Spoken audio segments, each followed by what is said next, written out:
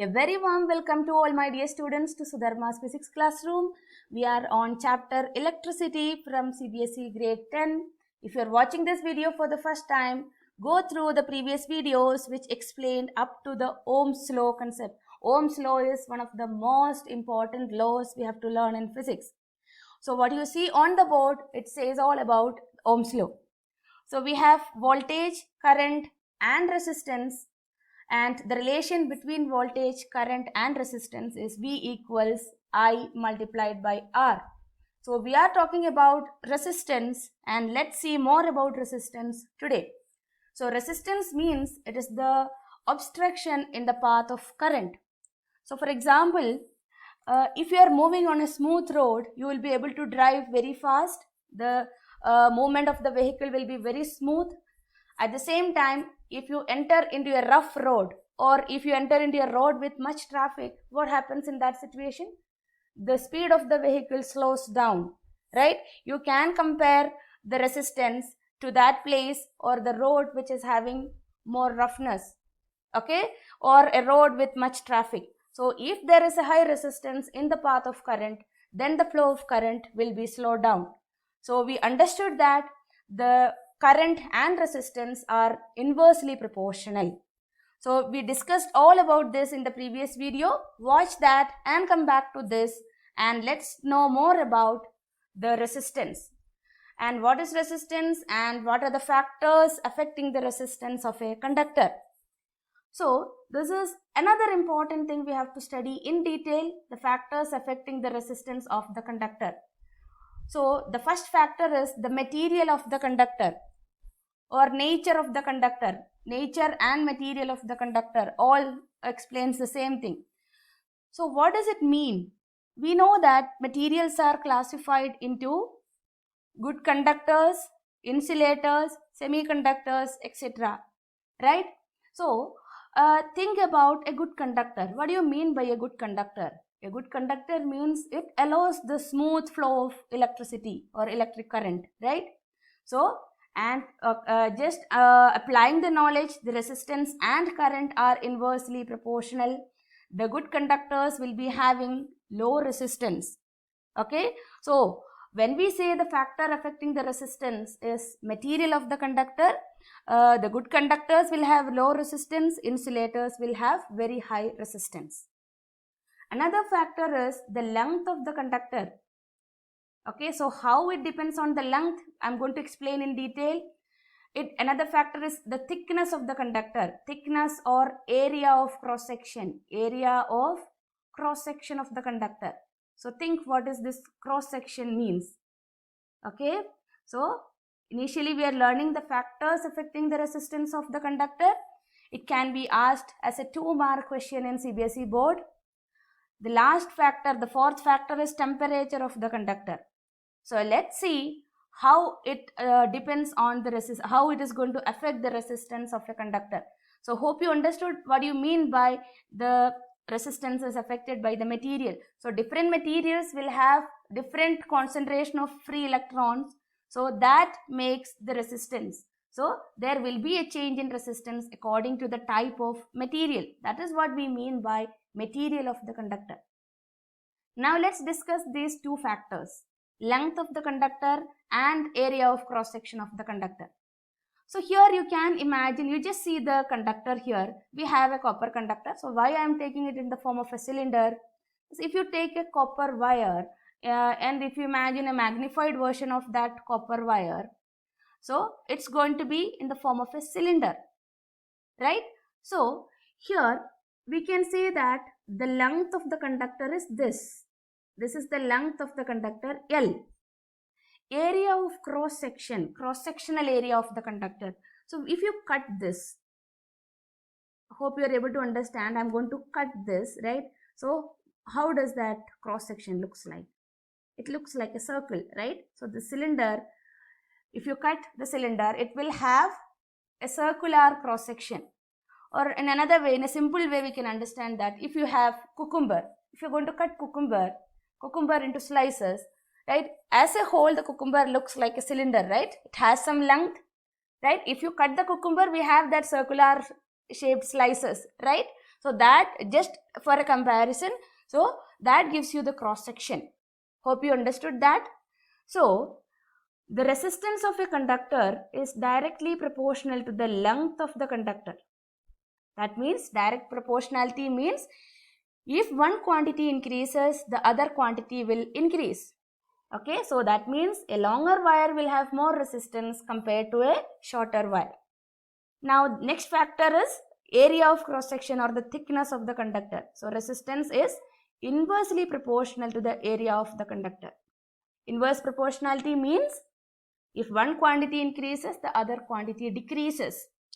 So just think what you mean by this area of cross section. How can we visualize it in a normal scenario? A thin wire and a thick wire. Thin wire will have low area of cross section, thick wire will have more area of cross section. So a thicker wire will have less resistance because thicker wire means that more area, so it's inverse proportionality to resistance, so resistance will decrease. A thinner wire will have more resistance because thinner wire has less area. Hope you understood it. I am going to combine these two relations. R is proportional to L divided by A. I just combine these two together. That's it. So next step, I am going to convert this proportionality sign into an equal sign. So what do we do if you have to convert it into an equal sign? We have to introduce a constant, right? So I am going to introduce a constant. R equals to rho. This is a new letter for you, right? This is rho L divided by A. Rho L divided by A. R equals rho L divided by A. Now comes the question, what is this rho? This rho is our specific resistance or resistivity. So we are learning a new term today, resistivity or specific resistance. So from this equation, rho equals R A divided by L, right? Rho equals R A divided by L. So what is this specific resistance? Specific resistance is a characteristic of that material. It depends on the material, nature of the material and temperature of the material. And understand one important thing, specific resistance is constant for a given material. Okay, no matter the area changes or the length changes, specific resistance will not change. Okay, this is a very important question we can see in almost all board exam question paper. One question related to this concept appears there. So they ask a question, if the area changes to 2 times the actual area and length changes to 3 times the actual length, what will be the new resistance and what will be the new resistivity? So what changes happens to resistance we can do using this formula. Resistivity, we don't have to calculate anything. Resistivity will not change unless the material changes. If the material changes, for example, if material changes from copper to silver, okay, definitely those are two different materials. So their specific resistance or resistivity will change. If we are using the same material and length and area changes, that doesn't affect the resistivity or specific resistance. Very, very, very important point. Hope you understood that. So we will be discussing questions related with that in the coming videos. Okay, so now let's see the unit of resistivity. Hope you remember what is the unit for resistance, right? We have the formula RA divided by L. Resistance is expressed in ohms, area is expressed in meter square, length is expressed in meter square and 1 meter, that cancels. So the unit of resistivity is going to be ohm meter. Okay, unit of specific resistance or resistivity, both are the same. So it is going to be ohm meter. Now, how do you define this 1 ohm meter, right? So we have the formula rho equals RA divided by L. If you have a conductor having unit length, L equals 1 meter and area of cross section 1 meter square, then the resistivity of the material is going to be the resistance itself. So we can say that resistivity is numerically equal to the resistance of a conductor having unit length and unit area of cross section. And always understand it is the characteristic property of the material. It depends on the material and temperature. Okay, so coming to the application of this concept, we have different types of conductors here. So let me call it as 1, 2, 3, 4 and 5. So the first wire is very long, second wire is having the same thickness but comparatively shorter, and third one is very thicker and short length, right? And the fifth one longer but thicker also, and the fourth one, the thickness is also less and the length is also less. So how do you memorize or how do you understand the flow of charges through this? If you have a very thin pipe, flow of water through that is going to be very difficult, right? So we can compare that situation with this diagram 1. It's very thin, right? So it takes some time for the electrons to move from one place to the other end. Okay, so the resistance is going to be more because the length is more. Resistance is directly proportional to length. See this third one, this is very wide, right? So the flow of charges is going to be very easy. If the diameter of the pipe is very big, water flows very smooth through that, right? Same idea, same concept, we can compare and understand. We cannot write that in the answer sheet. This is for understanding, okay? And what is the concept here? Resistance is inversely proportional to the area of cross section. So more the area, less the resistance. And current flow, when the resistance is less, current flowing will be more. So this is a homework for you. Just compare the resistance of these materials in wire 1, 2, 3, 4 and 5. So apply the concept of the proportionality of length and area of cross section and post your answers in the comment box. Okay. So now let's see some of the resistivity values of some materials. We have the classification: conductors, alloys and insulators. This is just for understanding. We don't have to by heart any value here.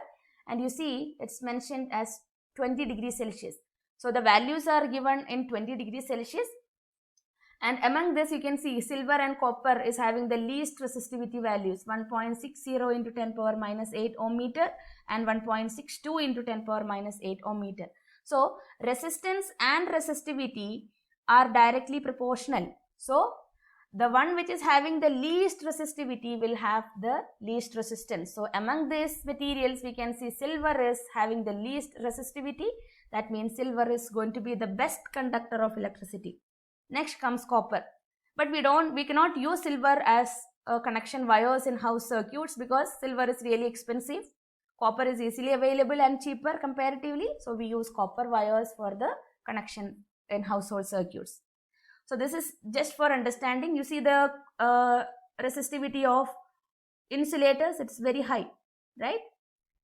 And the next factor which affects the resistance of a conductor are its temperature. So the proportionality is when temperature increases, resistance will increase. So here you have the VI graph of two materials A and B. So we are going to find out which temperature is high. So we have the knowledge when the slope of the graph is more, the resistance is going to be more, right? So in which of this graph the slope is more? T1, right? That A. So we can say that T1 is greater than T2 because when temperature increases, resistance increases. We understood that from the graph because the slope of A is greater than the slope of B. It's a VI graph. So temperature 1 is greater than temperature 2. These are all the different types of questions we can expect in our board exam, either as an MCQ or as a 1-mark question. Hope you understood. So in the next video, we will be discussing the numericals based on Ohm's law and specific resistance. Very, very important topic. So don't miss those classes. So subscribe to the channel so that you get notification whenever I upload the new video. Okay, and like the video if you understood the concept. If you have any doubt, you can post in the comment box. So those who have not seen the previous videos, go to those part 1, part 2, etc., where I explain the basic concepts from this chapter. So thank you for watching. See you soon with those numericals from Ohm's law and specific resistance. Bye.